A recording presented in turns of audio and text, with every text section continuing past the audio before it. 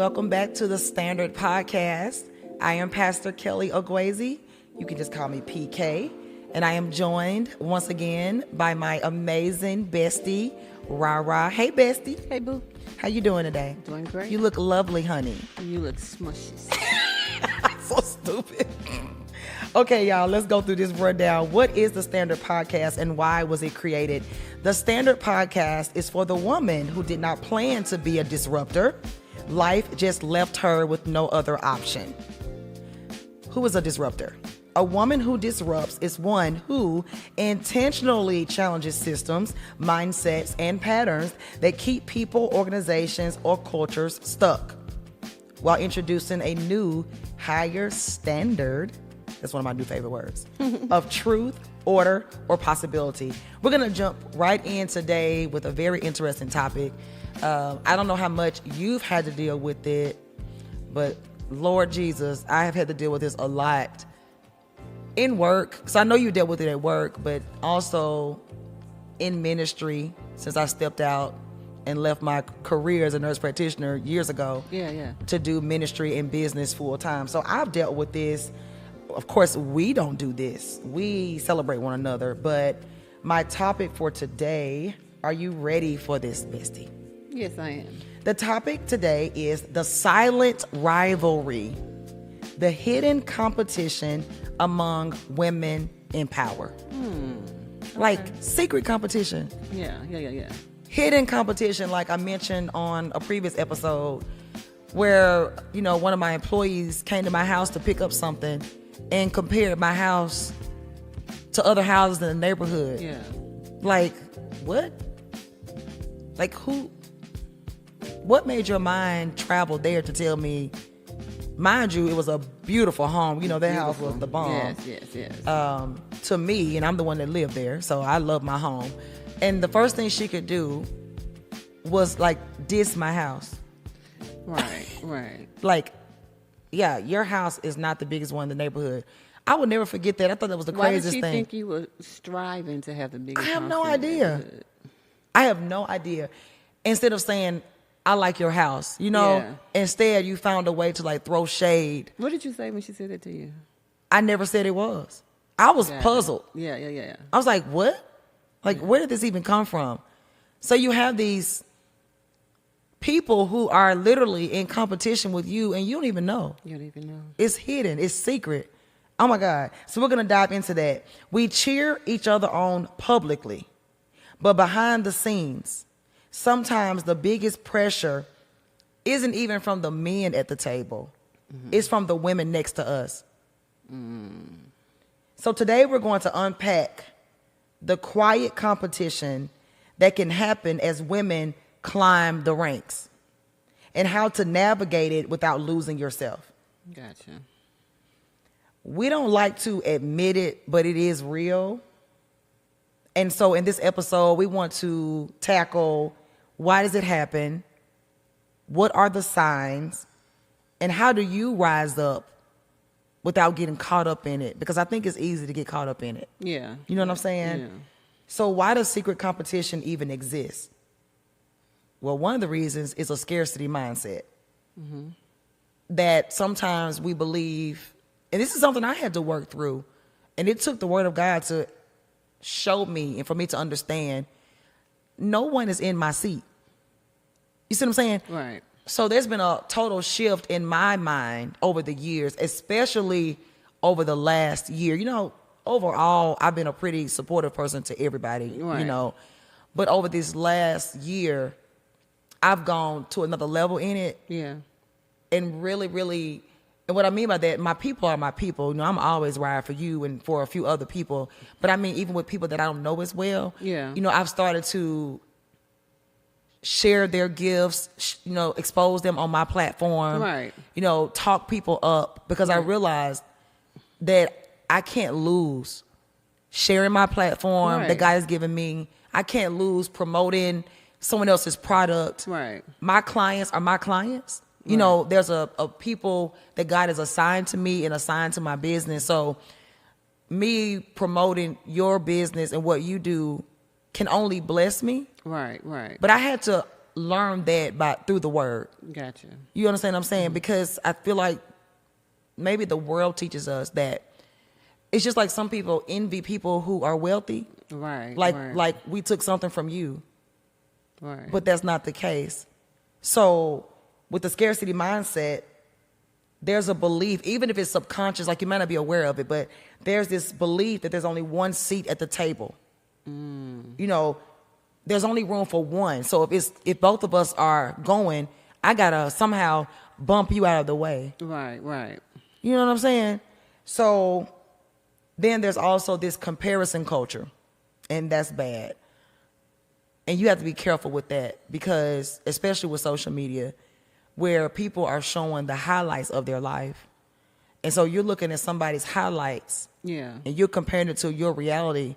They're not showing you the ugly stuff. The ugly stuff. So sometimes you're like in a secret battle or war with somebody over something that's not even real.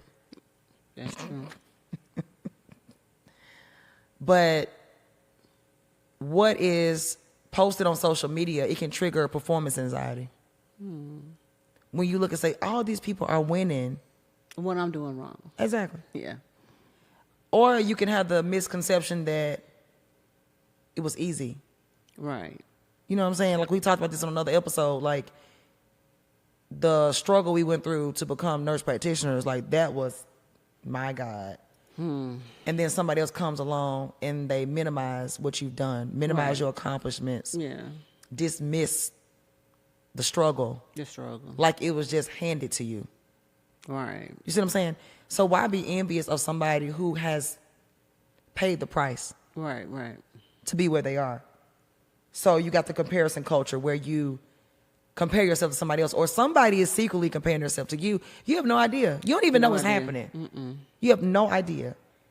So then you have internalized bias, where women can unknowingly adopt the same exclusionary patterns they've experienced from men, to where we exclude certain people. Like we put some people in a lower ranking than us, like we're better than them. Yeah, we're better than them. And that is insanity. Yeah. We do, as nurses, I don't, because I love new nurses, but as nurses, the older nurse treat the new nurse like that. When we say nurses eat their young, Yeah. There used to be a saying for us. And you know how we were treated as students? Yeah. Lost. We were just as lost. And a lot of times the staff was like, ugh. And that's why I try my best not to treat any nursing students like that, because I know what it can do to you mentally when you're first trying to get your foot on the ground. And stuff. Right. I don't know if you remember, but I probably told you this story before. I used to want to do OB. Like I used to want to do OB too. So, but you know, I had a preceptor from hell, and I lost my desire to do OB. I would never forget, and I think you had a story, we talked about this before, that I was in clinicals. She was later fired for something else. Yeah. But I never forget this lady. You know, I'm on the floor, I'm nervous as crap. This lady is about to deliver a baby, and she tells me to cath the lady. I want to say in the delivery room. Oh, wow.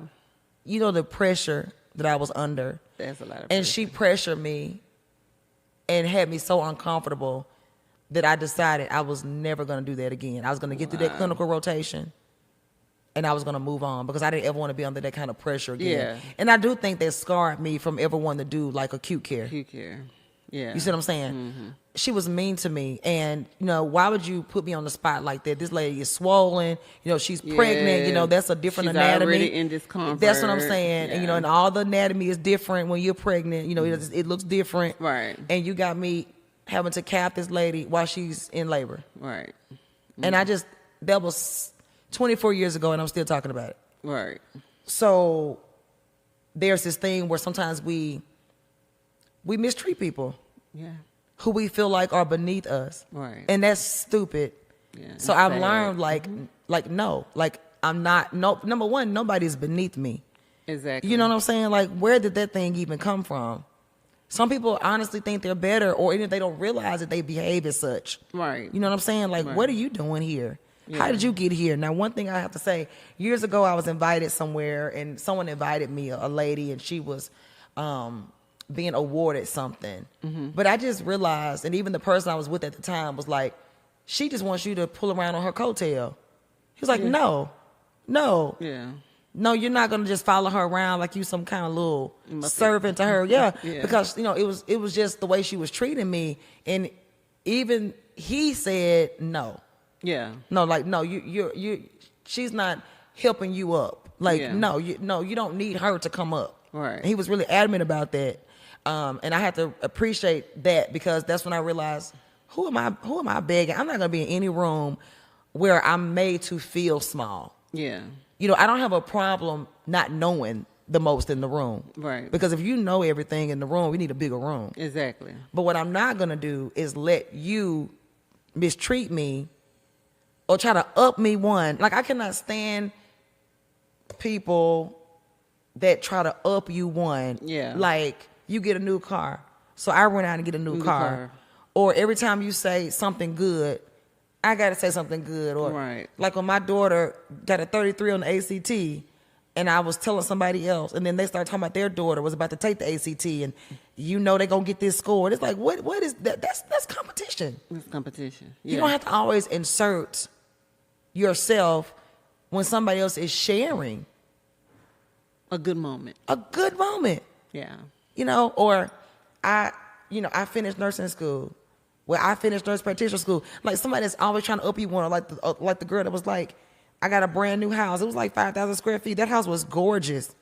And instead of saying, hey, I really love your house, you took it as an opportunity to compare my house to other houses in the neighborhood. Yeah. Like, what is up with that?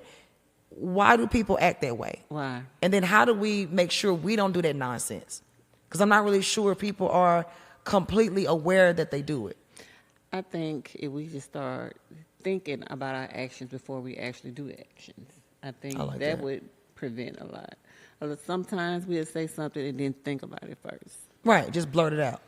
Yeah. Yeah. So another reason why secret competition exists is ego protection. Yeah. If another woman's win feels like your loss, and that's a thing. And I think that's one of the reasons why sometimes we don't celebrate other women, because their win can make you feel like you lost. When actually it's opening a door for you. It's or a win. Your child, your daughter, or your granddaughter. A win for you is a win for me. Yeah. A win for you is a win for me. We are all interconnected, right? So if you win, I win. But if you don't see it that way, you're going to be secretly feeling some kind of way, because you feel like because this person got this or that or whatever, that now you lost. And that is not correct. Right. So if another woman's win feels like your loss, it's a sign of identity being tied to position. You see what I'm saying? Yeah. It's a sign that, wait a minute, you got that spot, so that means I lost. No, that means God has something else for me. You're right. It You see what I'm wasn't my saying? turn. It wasn't my turn. That wasn't my thing. And I don't know about you, but I'm glad God told me no about some things. Oh, yeah, definitely. Things that I really wanted. Yeah. Like when I was at the VA, I really wanted to get into senior level management. I remember that. Girl, and I'm so glad God shut that door, honey. Yeah, I remember that. I wanted to be promoted within the VA to a high level. And the Lord promoted me, but it wasn't within the VA. I had to leave it to get my promotion. So my promotion came, but it didn't come the way I thought it would come or the way I thought I wanted it to come. But being there, had I ever gotten to that point, I wouldn't have had the freedom. Yeah. So even though I grind now, it's very self-directed. Got you. Like I make my own schedule. I get it in. Yeah. But I'm enjoying what I do. And I would not. It doesn't feel like work. It doesn't, because, even last night after we had a long day, I was still up editing and grinning at midnight. Right. I'm like, I am just so excited with what God has done with me, because I know where I came from, and I know the pressure I used to be under, even the pressure to perform. Right. And always being compared. And then I think some of that can even stem back from childhood, because true enough, growing up, I was compared to my sister Chanel. Yeah. My sister was real pretty. She still is. Hey, girl. Hey, Chanel. And long, pretty hair. My hair was real short. It was like up like this. Chanel's a sweetheart. She is my girl. And my mom used to always talk about how pretty Chanel was and how long her hair was. And, you know, she could sing really, really well. Right. And I used to be like, Mama, what about me? She says, oh, you're smart. Yeah. And I am. But I'm also beautiful. You know what I'm saying? Like, and that was just mama. Thank you, Bessie. That was just my mama being my mama based on how her mama was. Yeah. You know, my mama was gorgeous. Yeah. But my grandmother made her think she wasn't. So my mama didn't tell me I was ugly or anything. She just always said, you're smart. Yeah. Which was true. Yeah. So I just leaned into that. But you basically lean into whatever your parents tell you. Right. You know, it is what it is. And it wasn't until I got grown, I was like, okay, I look good. I look good, shoot. Like, you know. And I'm sure now if I could have a conversation with my mama, she'd probably be like, because she's deceased, but she'd probably like, you know what I meant. You know how my mama was like, you still remember that? That is not what I meant. Yeah. Oh, Kelly, you know you're beautiful. I want you to focus on your education. Yeah.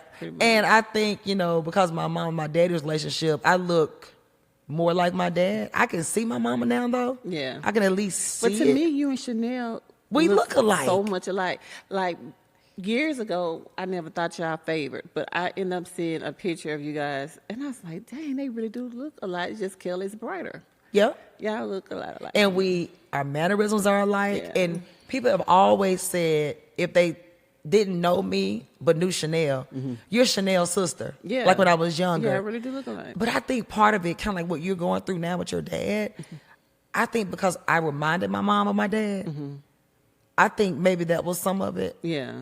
Because I do feel like I look more like him, but I don't know. As I'm getting older, I don't know now. Like, I think, like when I see myself on pictures and stuff, I can see, because my mama was real pretty, y'all. I can see my daddy, but I can see how my mama smoothed me over. Yeah. You know what I'm saying? Especially when I have on makeup. When my features are, you know, accentuated, I feel like I can see my mom more. Right. But anyway, when someone else wins, that's not your loss. And I think one of the worst things you can do as siblings is be pitched against each other, right. Be it intentionally or unintentionally. Like, I think that's the worst type of rivalry, sibling rivalry. Yeah. I think that's the worst type of rivalry. Like, because regardless of what, I want my sisters to win. I don't even care if we're not speaking. Yeah. Because I have a situation with one of my sisters right now who I love dearly. We're just not communicating right now. But I would do anything for her, and I want my sister to win. Yeah. You see what I'm saying? I want the best. Yeah, so never should you see anybody as a competition. Yeah. And definitely not within your own household. Right. But it's a thing. And then if you do see someone as a competition, that's when you sit back and you ask yourself, but why? Why? Why do I see that person That's as a good point. What's making me... I think it speaks to your insecurities. Yeah. Because why would somebody else be a threat to you? Regardless of what they're doing. Right. You know, I even had to get to this place where when I saw other people in ministry, other women in ministry, and you know what else though? I had to learn not to compare what God did and is doing with me to what he's doing with other people, or if someone is called to, let's say, a larger group of people. Yeah.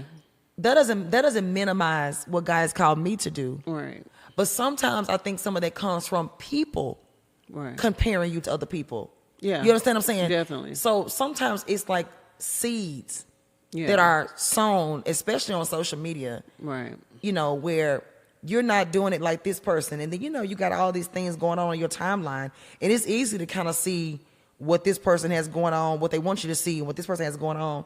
And it's easy to be like, wait a minute.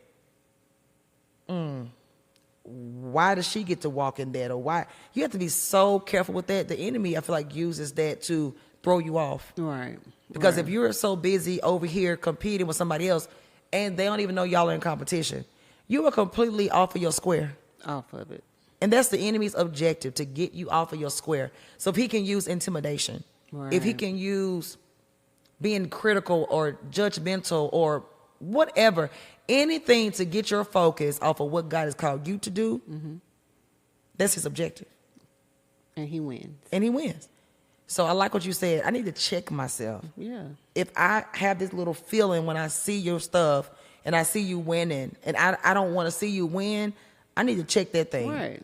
Because that's never going to benefit you. Never. My God. So we want to give people listening, some of these amazing ladies who are listening, some signs Okay. that you may be in the middle of secret competition. Okay. Backhanded compliments. Or subtle jabs about your success. Everybody can't sit at home and just pray. Yeah. Yeah. Oh, I wish it were that easy. You know, they minimize what you do. Right. Or we talked about this last night, your little ministry. Your little ministry. Yeah. There was this lady that I mentioned before, big mistake, but she was supposedly so inspired by me. And she wanted to spend a day with me. So she spends a day with me. And at the end of the day, she was like, this just doesn't make sense to me. I don't understand how what you do equals what you have. And it made me so mad I wanted to cuss her out. Oh, no. I was so upset I had to call my spiritual mom and get counseling. Yeah. And then my spiritual mom was like, it's not supposed to make sense. Right. It's not going to make sense to the natural mind. She was like, okay, I see you got a little ministry and I see you have a little business. Yeah. This is what she said to me. She didn't have anything, no job. She didn't have a dependable car. Right. I was helping her. And she dissed what God was doing in my life. Like, she minimized it. Right. She's like, I just don't see how this adds up. Like, I don't get it. I've followed you all day and I don't get it. Well, some things are beyond explanation. Right. It's just the Lord's doing. It doesn't add up. It doesn't make sense. It's just the hand of God. It's the favor of God. So her little mind couldn't wrap around No, it. her mind couldn't wrap around it. She couldn't comprehend, Yeah. what God had done in my life. And it's hard for me to comprehend. Like, that should be amazing to her. Oh, no. If she's thinking that your ministry is so little and you have so much. Come on, bestie. That should be amazing to her. You know what I'm Like, saying? wow, that God can take a little and do so much. A little. But, one of the things I don't let people do, if someone is talking to me and they speak of Warrior Nation, my ministry or my business, as little, I'm going to correct you. You should have made an example when Jesus fed all those people. With the 2 fish and the 5 loaves. You better take Like, us to he church, started bestie. with a little. He did, and he lifted it up, and he broke it, and he gave thanks, and baby, it that was a thing lot. multiplied. Okay, so this is the concept, hon. Catch Like, on. honey, lift up what you have, honey. Yeah. lift up what you And have. break it. Glory to God. Let that thing be broken in Yeah. you. And then say, God, why don't I thank you? I thank you for what I do have. Yeah, for what I do have. Instead of minimizing Yeah. what you giving my sister. There you go. Because it ain't going to come to you that way. You'll never get what you don't respect. Okay. Okay, here we go. So you get these backhanded compliments. Yeah. Like, oh, that's a pretty dress, but girl, you done gained about 20 pounds. Yeah. First of all, for the record, when we gain weight, we know it. Oh yeah. We Okay? know it. We don't need an announcement. We don't need you to let us know that we know it. We know. We know already, okay? We Yeah. know when things get a little snug. We already know. So don't slick compliment me. Yeah.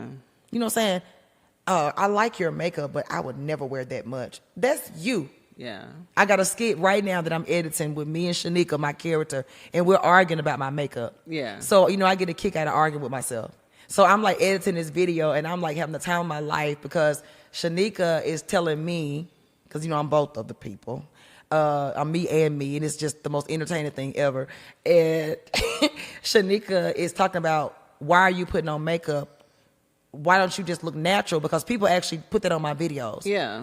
Now, mind you, I showed up with no makeup for like 7 years. Exactly. The minute I start putting on makeup, you got people saying, you should be natural. I would love to see you natural. And so in the skit, I'm telling Shanika, mind your own face. Yeah. Mind your own face. Yeah, you paint or don't paint your face however you want to. But you don't get to govern what I decide to do with my face or with my life. You understand what I'm saying? So those are those backhanded compliments. You're beautiful, but you have on too much makeup. Yeah. Yeah. Or, I liked your message, but you were talking too fast.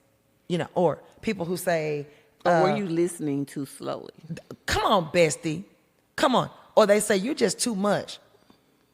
Or do you just lack capacity? Am I too much? Or do you lack capacity? Because you can say, God, enlarge my territory. Yeah. You can ask for expansion. Yeah. You don't hate on my creativity. You can ask God to give you creativity, like all the creative stuff that you do, like all the stuff that your hands can do. I'd be like, go bestie, bestie. I'm like, girl, turn this into a business. Yeah. My bestie can put stuff together. She is so creative and crafty. Be doing all kind of little stuff. Now she's making my baby, it's her baby, but my baby. She had her for me. She's making her outfits and stuff. And I'm like, yes. Yeah. Instead of, some people be like, what is that? Yeah. Babe, when I tell you some certified haters out there, they'll just stomp on your dreams. Yeah. They will just crush your dreams. And if you're not careful, people you don't even know will crush you. You'll crush you. Oh my God. So another thing, this is a big one too. They don't want to give you the tea. They don't want to let you in on connections or resources. Or tell you all you had to do is this and you're going to get here. They don't want to tell you that. Yeah. So it's like, okay, I'm purposely withholding information.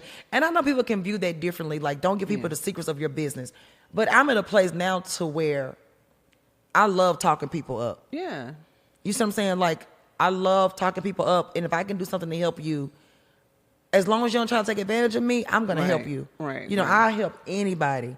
Don't play me to the left, but I will help you. We'll help you. You see what I'm saying? So some people purposely withhold opportunities. Like, I get through the door and I slam it in your face. Right.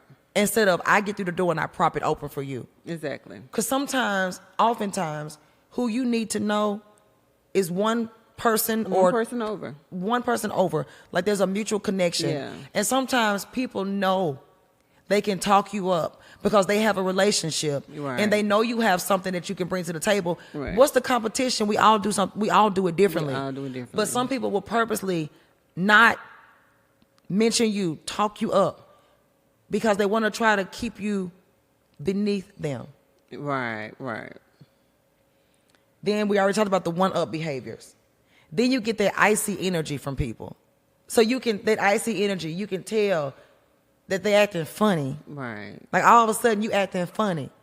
So you see me actually coming up, and now you got this icy, weird energy.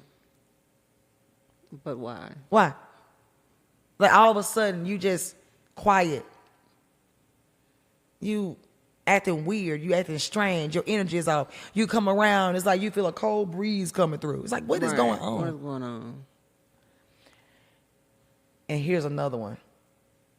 When the support appears to be performative.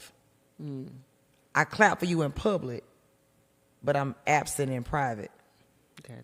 Not to mention the ones who come to your stuff, but they come late. Okay, so you came, but you couldn't come on time. You couldn't honor what God is doing. I'm not talking about a few minutes late. I'm talking about late. Late. Like it's almost over late. Like almost over late, so everybody got to stop and look at you. Yeah. Like, no. If it's my turn, just let it be my turn. All right. Because when it's your turn, I'm going to be the loudest one clapping and shouting for you. Okay? Yeah. Camera on, video rolling, talking you up. We should reciprocate that Right. as women. As women. And if I have something that can help you, why not give it to you? And vice versa. Exactly. So here's another one. These are signs that you are dealing with somebody who's in secret competition with you. If you're around that person and you find yourself emotionally exhausted, you've been around somebody and they just drain you. You be like, oh my God, girl, I cannot do this with you. Like, girl, this is just too much. This is just too much. Your energy is off. Yeah. You always in defensive mode. Yeah. It's just too much to maintain the relationship. Too much. It's too much of my energy. I keep having to explain myself. Everything offends you. Oh my God. Yeah. So that's another sign. Okay? And then there's this distrust among women who should be your friends. So sometimes you can miss a relationship because of something you've had going on previously. You can miss the right relationships. I think that goes for friendship and romantic relationships. Like we could have missed our friendship. Yes. Because it started off icy. It started off icy. And now look at us, bestie. 23 years later, look at us. Yeah. But we broke through that. Yeah. Like you said before, we just we made assumptions about each other. We did not know each other. But how often do women size you up without ever having a conversation with you? Having a conversation, yeah. And you can miss divine connections by being judgmental, right, and making assumptions about people you don't even know. That is true. You can miss it. And that's exactly what the enemy wants you to do. He wants you to miss divine connections, because divine connections take you from point A to point B. Right. You see what I'm saying? So if he can hijack the relationship from the beginning, that's even better. That's even better. And it's also very easy to walk in offense, and then it severs the relationship. Right. So here's another way. How to rise without getting caught up in it. So how do we come up and not do what we've seen done to others and to us? So here it is. And this is what I've been doing. You build alliances early. So instead of competition, there's collaboration. Yeah. Like what we got going on. Right. Like, no, we're not competing. It's not even an option. Yeah. We only work together. We collaborate. Competition is not even on the table. Not on the table. So if you go into your relationships like that, your connections, I'm not competing with you. If I see you trying to compete, I'm going to remove myself. Gotcha. If it's not a free space and my spirit don't feel like it's at ease, I'm not fooling with you. Gotcha. Because I'm not going to be in anything that feels competitive. Gotcha. If you got on something cute, baby, you cute. You cute. That doesn't mean I'm not cute. Right. We cute. Yeah, I compliment strangers. You know, we do that all the time. I be like, yes. Okay. Yeah. We were at a restaurant the other day, and there was a young lady sitting across, and she had her phone on, and she was looking at herself. She was like trying to see how she looked. You could tell, you know how we do. Yeah. I said, you cute. She didn't hear me. I said, you cute. She says, oh, thank you. Yeah. Like, I love your outfit. I love your shoes. Like, what does it hurt to release a word of kindness? A word of kindness. Instead of looking people beside their heads. Right. So you build alliances early. You celebrate without comparison. When it's your turn to celebrate, it's not my job to take the spotlight. Right. Exactly. Okay? Like, when it's your birthday, it's your birthday. My birthday. Okay? Whatever you want to do, that's what we're doing. Right. I'm not going to be saying, no, I want to go here on your birthday. No, It's your birthday. It's your day. I'm in the supportive role as being your best friend. We can go stand on top of the roof if you want to, and we're going to shout and dance or whatever. I'm not going to take over your moment. So when I say we going to Bali for my 50th birthday. We can do that. Okay. We still got a few years. Yeah. I'm in. Okay. I'm totally in. Okay. Yes. Now, I'm not going scuba diving. I'm not playing with the sharks. It's one thing I want to do when we go to Bali. I'm not playing with reptiles. You're going to have to do it's two things. Bessie, I don't trust you. It's easy stuff. Like getting this swing that's in the air. You know I'm not going to do that. The parasailing. The pictures are, no, you get in this swing that's hanging. Hanging from where? The air. Like the tree. Like how far? It's so pretty. Like how tall is the tree? It's up there. But it's really cute. Like taller than the trees outside right now? You like pictures. Just you're going to like it. Just Photoshop me into it. And then a picture on an elephant. I'll do the elephant. Okay. But I'm not doing the tree swing Wait thing. till you see the tree swing. And when you see how hot these pictures are. I see it. No, I see the tree already. I'm imagining it in my mind. It's really tall. You catch flights. You'll be fine. Just pretending like you're on a jet or something. Oh. You really going to do that? Yes. And does it drop you? No. You're just there taking a picture. Well, what keeps you up there? You're sitting on a ledge on the swing. You know, like a swing when you were little? How many steps you got to go? How do you get up there? Yeah, how do you get up there to the tree? I'm not sure yet, but I'm going to get up there. I'm quite sure you don't have to climb a tree or anything. So if we got to get in like a helicopter or something to get to the tree. You're not going to have to get in a helicopter to get in the tree. They're going to drive us up the top of a mountain, huh? Probably. Like a steep mountain with a lot of curves. Yeah. So what I'm going to do, I'm going to stand at the bottom and I'm going to zoom and I'm going to catch you when you swing. Because my job is to support you. The point is not about the swing. The point is about getting this picture on the swing. So what you're going to do, because we got to really advance in video. Anybody been to Bali that has done the swing picture, will you please help me convince PK to take this picture when we go to Bali. Bestie, you didn't let me finish. If you get on the swing and you leave enough space, we can crop me into the picture. I'm not going to leave enough space. I want you to do it yourself.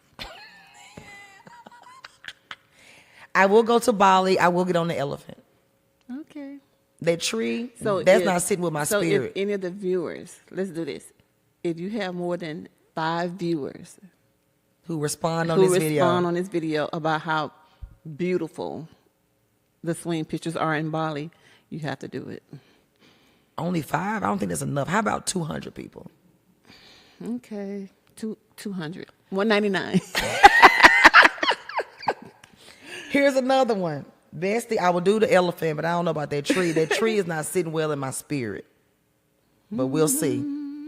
We'll see. We still got some time. We'll see. Trees are so strong. They are, because one fell in my backyard. I had to fix my fence. Yeah, they're strong. Jesus. Okay. So we celebrate without comparison, because your win doesn't shrink my lane. Right. Okay? All right. We lead with generosity. We share resources. Sis. Yeah. Share your resources, okay? You're not going to lose being generous. Sharing your resources, okay? Share your connections. That's a big one. Yeah. Share your connections. Like my designer, Tiffany Love, right? Dr. Tiffany Love, the bomb. She's a beast. Baby, in these listen, streets. I immediately began to think about the people I know that would purchase her products, even if they don't know it right now. Right. So I immediately began to roll out a plan of who all I'm going to connect her with. Right. Because I see the gift. So why would I sit on my resources and my connections that would connect her to even more people? More people. Exactly. Like, tell me how I can lose connecting her. How could I lose talking her up to somebody else? There's no way. So you need to be generous. Don't hoard your connections. Don't hoard your connections. Oh my God. Okay, here we go. When you lead with generosity, it shifts the culture. Yeah. So I feel like we're setting a new standard that we don't compete, we collaborate. We share resources. We share connections. We form alliances. We don't entertain nonsense and jealousy and competition. We just don't do it here. Right. That's what this space is about. Like, we are cheering for one another. We are supporting one another. This is why we're doing this. Like, to talk about things that will cause you to look at it differently and disrupt. Yeah. Like, it's not okay to be in secret competition with somebody else, and it's not okay for them to be in secret competition with you. And so that's what we disrupt. Hey, that's not normal. And the way in which you disrupt something, you got to put something different in place. Yeah. So we're putting something different in place. Good energy, Right. kindness, love, generosity, support. You see what I'm saying? Like, Right. that's what we're doing this for, so that you can be like, okay, so that's not normal. Okay, so that's not what should be happening. Okay, this is what I need to do. Right. Right? So that's the whole purpose of this podcast. And that's why we called it the standard. Because there is a standard. You know, Shanika says it all the time, my girl, my character. But there really is a standard. And it's not okay to be competing and fighting with people. Like, what is up with that? It's okay to help the next person. Come on, say it again, bestie. It is okay for you to help the next person, whether you get gain from it or not. Right. It's okay to help the next person. And you get gain, you just might not see it Right. initially. You know, you may not, but right. So, like, get it. Like, you don't get an immediate gain. Immediate. But you know, when you do acts of kindness, You get that rush. That good feeling. Yeah.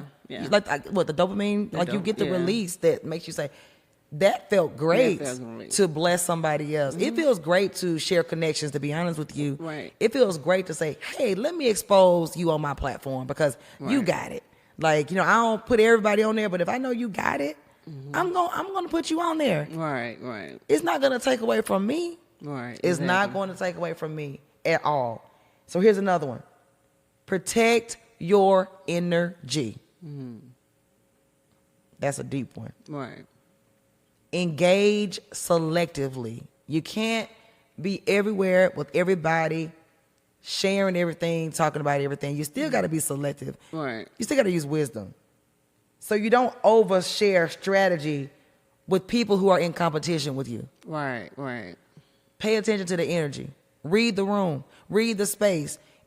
If you really open your eyes to it, you can tell what's up with people. Right.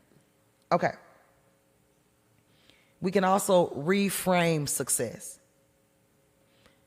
Instead of, you're in my seat. You ready for this? Why don't we build a table?